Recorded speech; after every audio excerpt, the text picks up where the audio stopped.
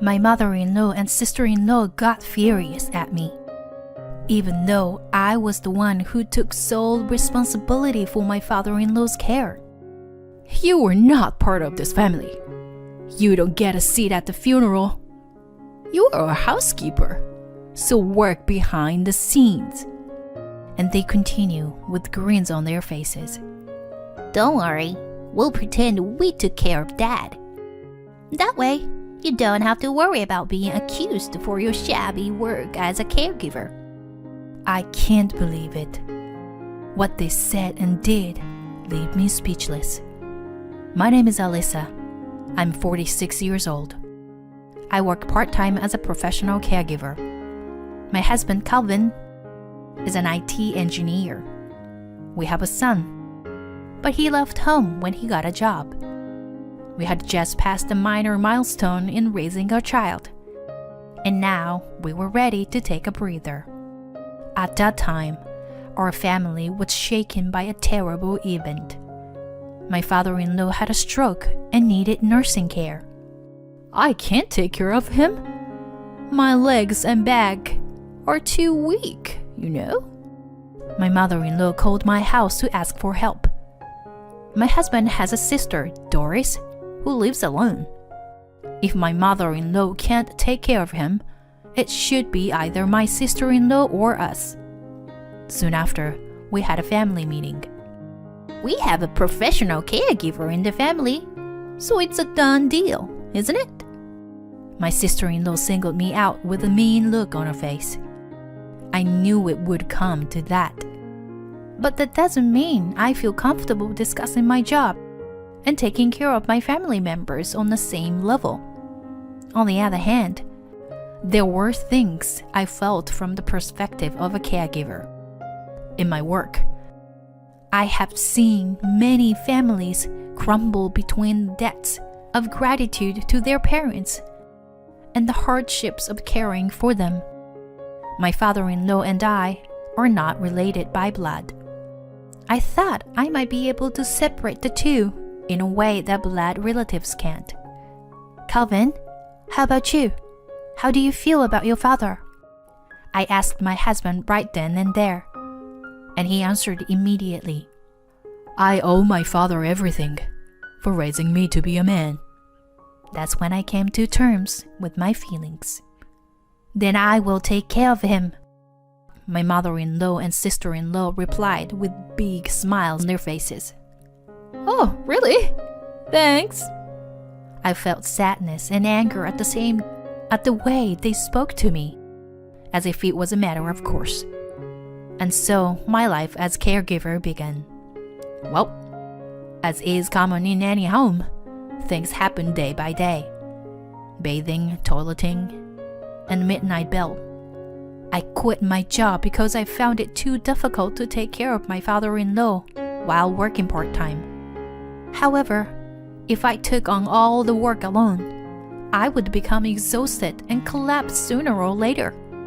So, I left him to daycare for a certain amount of time and tried to keep my mental health in check. But my mother-in-law and sister-in-law complained about the way I was taking care of him. It was so lazy to leave the care of my family to others. Doesn't it hurt you to ask someone else to take care of your family? My mother-in-law and sister-in-law have forced me to be the sole caregiver. No, I will be crushed if I keep doing this alone. I try to argue with them, but they must think I can afford it since I quit my job.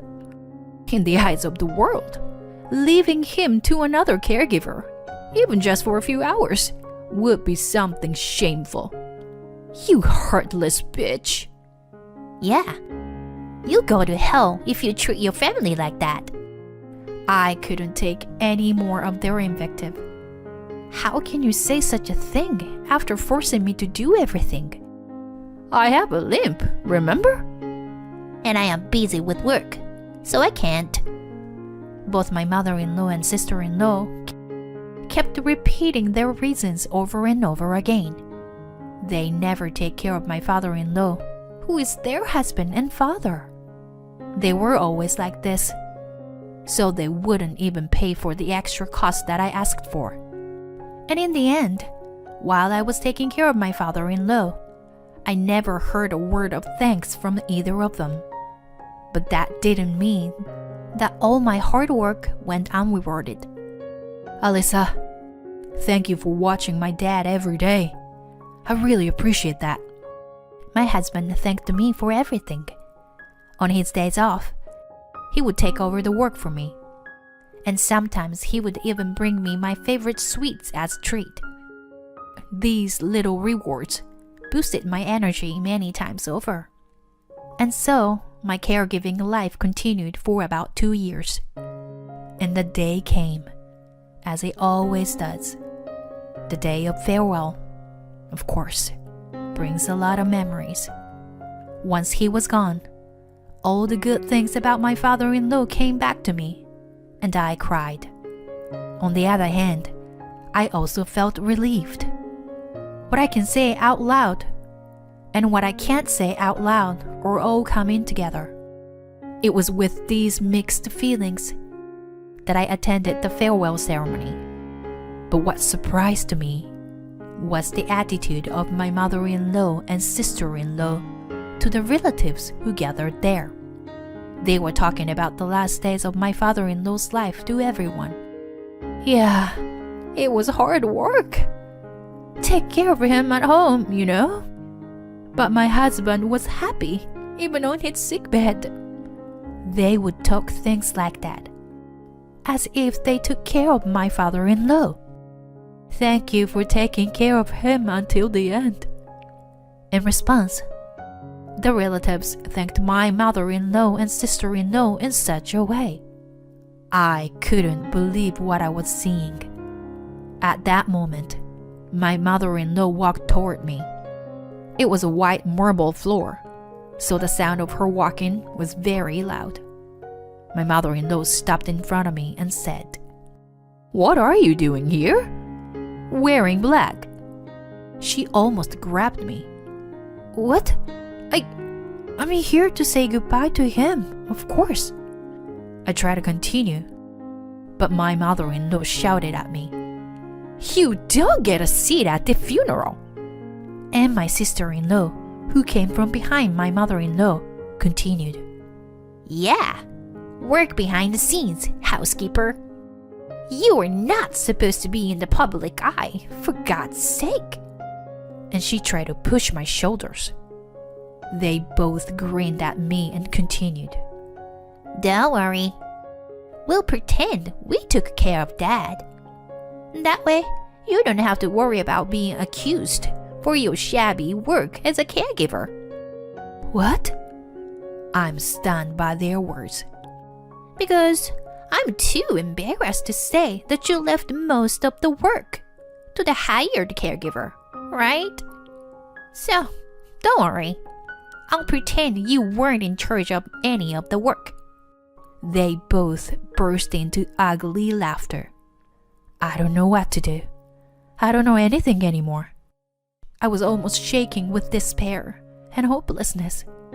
Then, my husband gently tapped me on the shoulder. "Don't worry, Alyssa. I'll take care of it." I turned and looked at him. I think I was crying without knowing. I could see him nodding his head over and over again. It came time for the funeral to begin. I kept my distance from my mother-in-law and stood beside the ushers at the entrance. The ceremony director greeted the guests.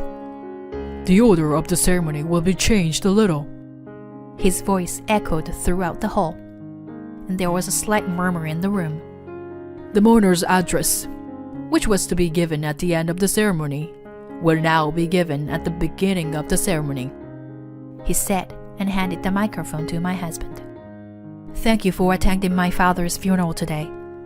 My husband began to introduce himself. "I am a son of the deceased, but I am not a chief mourner at this funeral." What? There was an uproar in the hall. "You are not a mourner?"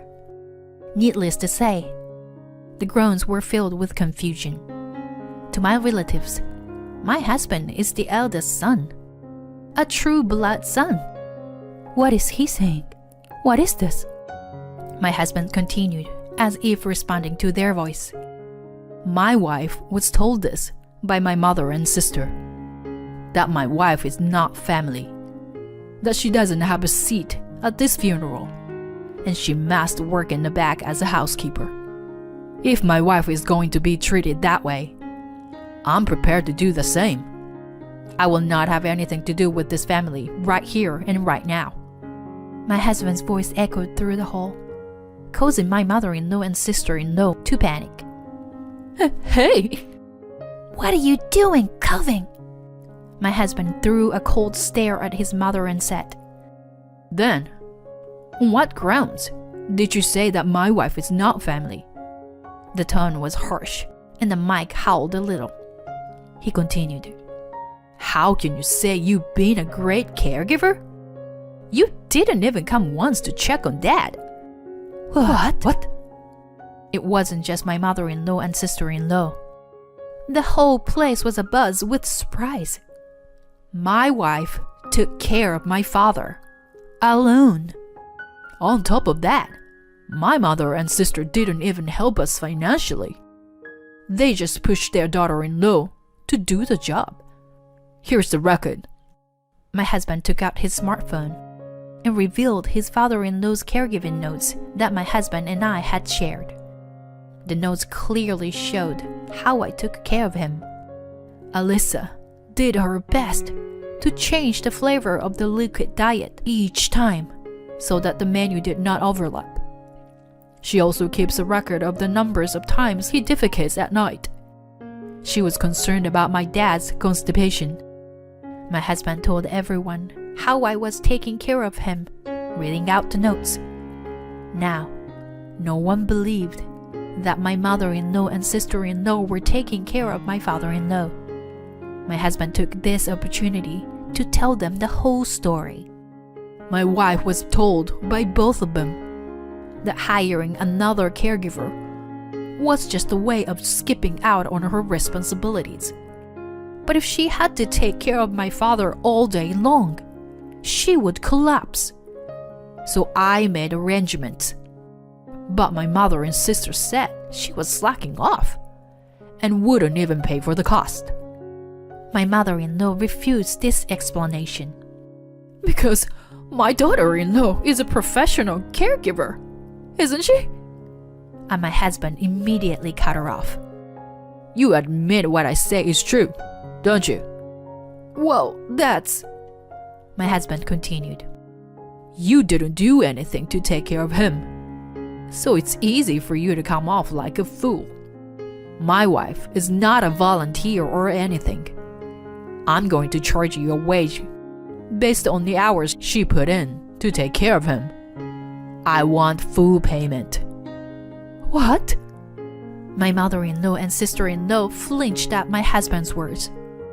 I have a limp. I couldn't. I was busy working. There was a chill in the air in the hall. The only ones who didn't notice were the two of them. And my husband spoke to the family members in attendance. They are the one who have no right to attend my father's funeral. What do you think, everyone? After a short silence, a man stood up. If Alyssa is not family, then I am not family either. He was the oldest man in the room. My father-in-law's brother. Huh? My mother-in-law gasped. I don't want to be considered a family, or even relatives, with the two. I'd like to be family with Alyssa, who did her best to take care of my brother. Then one of the women got up from her seat. I don't want them to think of me as a relative either. Now it's my father-in-law's niece.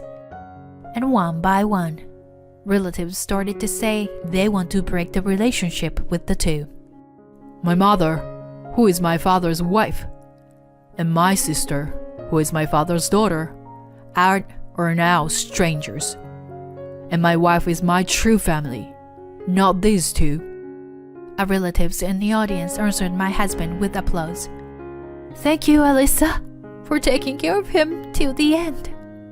It must have been very hard for you. The relatives who knew the truth now tried to comfort me. Thank you, Alyssa. Thank you for everything. I held my husband's hand back as he reached out to me with tears streaming down on my face. My mother-in-law and sister-in-law sobbed as they left. And so, the farewell ceremony came to an end.